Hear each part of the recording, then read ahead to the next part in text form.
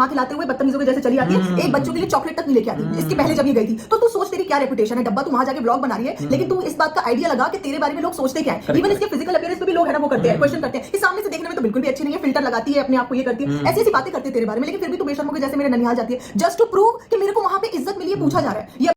As नहीं है ये सब मेंटल स्ट्रेस सहने का। आई मीन लिटरली इतने घटिया इतने गिरे हुए कैसे कर सकते हो तुम काम। और देखो छोटे मोटे प्रेशर जो होते हैं ना फैमिली के, वो इंसान इग्नोर भी कर देता है, चलो कोई बात नहीं हटाओ। तो गाइस इसीलिए बीच बीच में थोड़ा सा रुकना पड़ता है, लेकिन स्टॉप तो हमें कोई कर नहीं सकता, राइट। और तुम नानी को इसके बाद ऑपरेस करोगे भी ना, तो भी हम तुम्हें ऐसा ऐसा एक्सपोज करेंगे जो जो उनको ऑपरेस करेगा, जो जो उनके अंदर डर डालेगा या उनको है ना परेशान करेगा, या मेरे रिगार्डिंग और किसी भी मेरे टॉपिक से लेकर के उनको कुछ बोलेगा, तो फिर मैं खुल के नाम लेके उनकी ऐसी तैसी कर दूंगी, पास्ट प्रेजेंट फ्यूचर सब बता दूंगी उनका, कुछ भी नहीं छोड़ूंगी, नाम लेके विद प्रूफ बता दूंगी उन लोगों के बारे में। तुमने अगर नानी को परेशान किया तो भगा दिया, ठीक है, भगा दी इसकी गाड़ी। अब सोचो इसकी गाड़ी भगा दी गई, मेरी मम्मी मुहर्रम में वहां पे खड़ी है छत में, ये बराबर की छत में खड़े होकर देख रही है, लेकिन ये कितनी बेशर्म है कि ये बार बार मेरे ननिहाल में जाके घुस के व्लॉग बनाती है। तू जा, तू व्लॉग बना, लेकिन अगर तूने परेशान किया और तुझसे रिलेटेड किसी ने भी नानी को परेशान किया और हमें एक बार भी सुनने में मिल गया कि उनको किसी भी तरीके से ऑपरेस किया जा रहा है, तो मैं एक एक का नाम लेके शुरू से लेके आखिरी तक एक्सपोज कर दूंगी किसने मुझे क्या क्या बताया और कौन तेरे बारे में क्या सोचता है, बिल्कुल एक एक बाय स्टेटमेंट। फिर मैं किसी का भी नाम लेने से रुकूंगी नहीं। कभी आपको सोचना पड़ता है ना अपने जो बुजुर्ग लोग हैं, और जाने से पहले पता है कि जो बुड्ढी है, अब तेरी भी तो नानी बुड्ढी है, तूने उनके लिए अल्फाज यूज किया और कहने लगी वो बुड्ढी है, उनके यहाँ मिलने इसीलिए हम जा रहे हैं, उनको मिलने की तमन्ना है। अपनी नानी क्या मिलने के लिए नहीं गई, वो तो 93 इयर्स की है, मेरी नानी तो 83 की भी नहीं है, ठीक है। वो तो उनकी तबियत खराब हुई फ्रीक्वेंटली नाना के जाने के बाद, तो वो अभी थोड़ा सा ऐसा हो गया है।